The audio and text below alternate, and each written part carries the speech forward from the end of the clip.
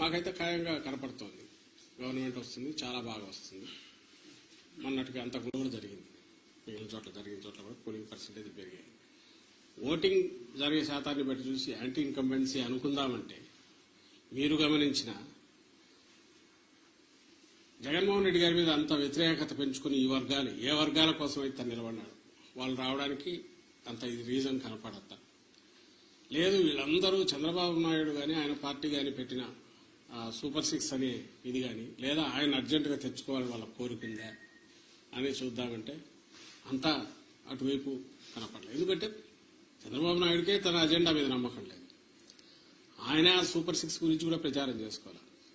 ఆయన ఎంతసేపు ఉన్నా జగన్మోహన్ రెడ్డి గారి మీద వ్యక్తిగతంగా దాడులు లేదా వివేకానంద రెడ్డి హత్యను ఇంకా గొడ్డలు ఎనడము ఇంకోటి కుటుంబం దీన్ని వాళ్ళకి సంబంధించిన కుటుంబ సమస్యలను తీసుకొచ్చి పెట్టడము లేదు లాస్ట్లో ల్యాండ్ టైటిలింగ్ యాక్ట్ అని ఇంకోటి తీసుకొచ్చి ఒక అర్థం లేని ఇది దేన్నైతే వాళ్ళు ఆ రోజు సపోర్ట్ చేశారు దేన్నైతే ఈ రోజు ఐ థింక్ నీతి ఆయోగ్ వాళ్ళ దాంట్లో కూడా ఉంది దాన్ని ఒక ఇష్యూ కింద చేసి ఆయన ఇచ్చిన హామీలనే గట్టిగా చెప్పుకోలేని వచ్చాడు.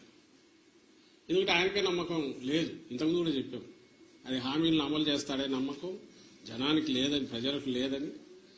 అది ఆయనకు అవగాహన ఉంది కాబట్టి అది వదిలేసి కేవలం వైఎస్ఆర్ కాంగ్రెస్ పార్టీని లేదా వైఎస్ఆర్ కాంగ్రెస్ పార్టీ నాయకులను అందరికంటే ముఖ్యంగా జగన్మోహన్ రెడ్డి గారిని వ్యక్తిగతంగా దూషిస్తూ మొత్తం వాళ్ళ క్యాంపెయిన్ అంతా దాంట్లో నడిచింది.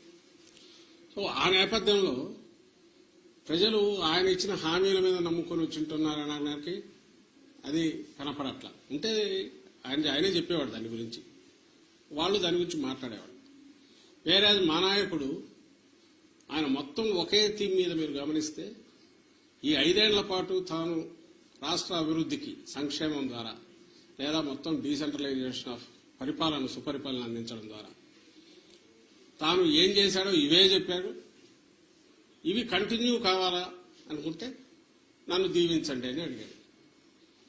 ఈ థీమ్ బలంగా కంటిన్యూస్ జనంలోకి వెళ్తూ వచ్చింది.